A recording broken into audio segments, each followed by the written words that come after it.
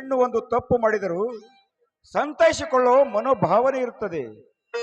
ಮೇಲಾಗಿ ತಂಗಿಯ ಮಗ ಇಬ್ಬರು ಒಂದೇ ಮನೆಯವರಿದ್ದಂತೆ. ಹಾ ರುದ್ರ, ಹೊರ ಉಪಚಾರ ಏನಾದರೂ ಮಾತನಾಡಿದೀಯಾ? ಇಲ್ರಿ ದಣಿ, ನನ್ನ ತಂಗಿ ನನ್ನ ಮಗಳು ಕೊಟ್ರೆ ಸಾಕಂತ ತಿಳಿದಿಲ್ರಿ. ಅದೇ ₹1,00,00,000 ಕೊಟ್ಟಂಗಂತ ಸಂತೋಷ ಆಗಿದ್ರಿ. ಅದು ಅಲ್ಲದೆ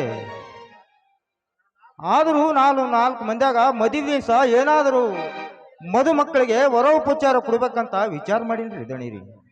ಆ ದೇವ್ರು ಏನು ಬುದ್ಧಿ ಕೊಡ್ತಾನೋ ಅದನ್ನೇ ಮಾಡ್ತೀನಿ. ರುದ್ರ, ನಿಜ ನೀನ್ ಹೇಳ್ತಾರ ಮಾತು. ನಿನಗೇನೋ ಹಚ್ಚನ ಮಕ್ಕಳಿದ್ದಾರನ್ನು. ಇರೋಳೆ ಒಬ್ಬ ಮಗಳು. ಮದುವೆ ಮಾಡಿ ತವರು ಮನೆಯಿಂದ ಗಂಡನ ಮನೆಗೆ ಹೋಗ್ಬೇಕಾದ್ರೆ ತವ್ರ ಮನೆ ಗುರುತು ಅಂತ ಏನಾದ್ರೂ ಕೊಟ್ಕೊಳ್ಸ್ಬೇಕಪ್ಪ, ಕೊಟ್ಕೊಳ್ಸ್ಬೇಕು. ನೋಡು, ನಿನಗಾಗ್ಲಿಲ್ಲ ಅಂದ್ರೆ ಹೇಳು, ನಾನು ನಿನ್ನ ಮಗಳು ಗಂಡನ ಮನೆಗೆ ಹೋಗ್ಬೇಕಾದ್ರೆ ಚಿನ್ನದ ಸರ ಕೊಟ್ಟು ಕಳಿಸ್ತೀನಿ. ಹೌದು ಮಹಾದೇವಿ, ನಿನ್ನ ಮಾತು ನಿಜವಿದೆ. ರುದ್ರ ನಮ್ಮ ಮನೆಯಲ್ಲಿ ಎಷ್ಟೋ ವರ್ಷಗಳಿಂದ ದುಡಿಯುತ್ತಾ ಬಂದಿದ್ದಾನೆ. ಅವನ ಮಗಳ ಮದುವೆ ಮಂಟಪದಲ್ಲಿ ಮಗಳಿಗೂ ಮತ್ತು ಅಳಿಯನಿಗೂ ಚಿನ್ನದ ಸರ ಹಾಕಿ ಮೈತುಂಬ ಬಟ್ಟೆ ಮಾಡಿದ್ರಾಯ್ತು. ಹಾ ನೋಡ್ರುದ್ರ, ನಿನ್ನ ಮಗಳ ಮದುವೆ ವ್ಯವಸ್ಥೆಗಾಗಿ ಈ ₹50,000 ಕೊಡ್ತಾ ಇದ್ದೀನಿ. 10 ಜನರು ಮೆಚ್ಚಿಕೊಳ್ಳುವಂತೆ ಮದುವೆ ಮಾಡು. ದಣ್ಯಾರ, ದುಡ್ಡು ಕೊಟ್ಟು ನನಗ ಭಾರ ಹೊರಿಸಬೇಡ್ರಿ. ದೊಡ್ಡ ಗುಣ ಹೊಂದಿರುವ ನೀವು ಇಬ್ಬರು ಮದುವೆ ಮಂಟಪಕ್ಕೆ ಬಂದು ಮದುಮಕ್ಕಳಿಗೆ ಆಶೀರ್ವಾದ ಮಾಡಿದ್ರೆ ಅದೇ ₹1,00,00,000 ಕೊಟ್ಟಂಗ ನನಗೆ ಸಂತೋಷ ಆಗ್ತೈತಿ. ದೇವರು ಕೊಟ್ಟ ಶಕ್ತಿಯಾಗ ನನ್ನ ಮಗಳ ಮದುವೆ ಮಾಡಿ ಮುಗಿಸ್ತೀನಿ ದಣಿ. ನೋಡು ರುದ್ರ, ನೀನು ತುಂಬಾ ಸ್ವಾಭಿಮಾನಿ ಅಂತ ನನಗೆ ಚೆನ್ನಾಗಿ ಗೊತ್ತು. ಇಂಥ ವಿಷಯದಲ್ಲಿ ಯಾವತ್ತೂ ಸಂಕೋಚ ಪಡಬಾರದು.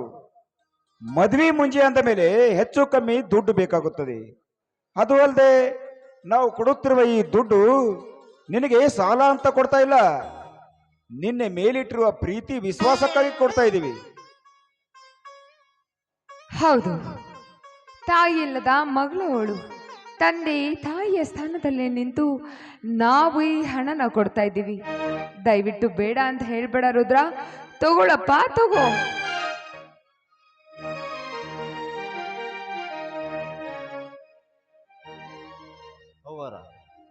ದುಡ್ಡು ಕೊಟ್ಟಿನಂತ ತಿಳಿದು ಮದುವೆಗೆ ಬರೋದು ತಪ್ಪಿಸಬಾರ್ದ್ರಿ.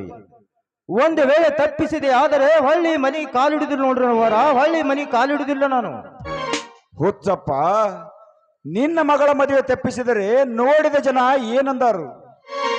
ಧನ್ರಾಜ್ ದಣಿ ರುದ್ರ ಒಂದೇ ಮನೆಯ ಇಬ್ಬರು ಅಣ್ಣ ತಮ್ಮಂದಿರು, ಅಥವಾ ತಂದೆ ಮಗ ಮಕ್ಕಳು ಅಂತ ತಿಳಿದುಕೊಂಡಿದ್ದಾರೆ ಈ ಊರಿನ ಜನ.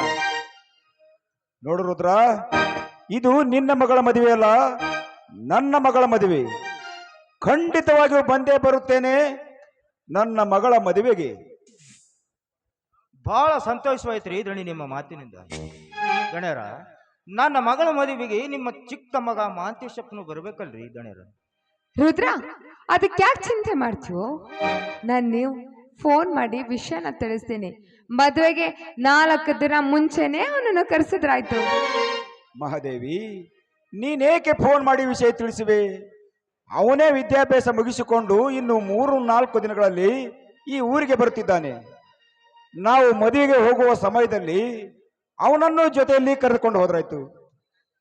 ಹೌದ್ರಿ ದಣಿ, ನಮ್ಮ ಚಿಕ್ಕ ದಣಿ ಮಾಂತೇಶಪ್ಪ ಅವರು ಇನ್ನೊಂದು ಸ್ವಲ್ಪ ದಿವಸ ಊರಿಗೆ ಬರೋದು ನನಗೆ ನೆನಪಿಲ್ಲ ನೋಡ್ರಿ. ದೇವರು ಕೂಡಿಸಿದಾಗ ಒಳ್ಳೆ ಸಮಯಕ್ಕೆ ಬಂದು ನನ್ನ ಮಗಳ ಮದುವೆ ಮಾಡಿದ್ರೆ ಅಷ್ಟೇ ಸಾಕ್ರಿ ದಣಿ. ನಾನೇನು ಹೋಗಿ ಬರ್ತೀನಿ ದಣಿ. ಹೋಗಿ ಬಾರುದ್ರ, ಮದುವೆಗೆ ಬೇಕಾದ ಎಲ್ಲಾ ಸಿದ್ಧತೆಯನ್ನು ಮಾಡಿಕೊ.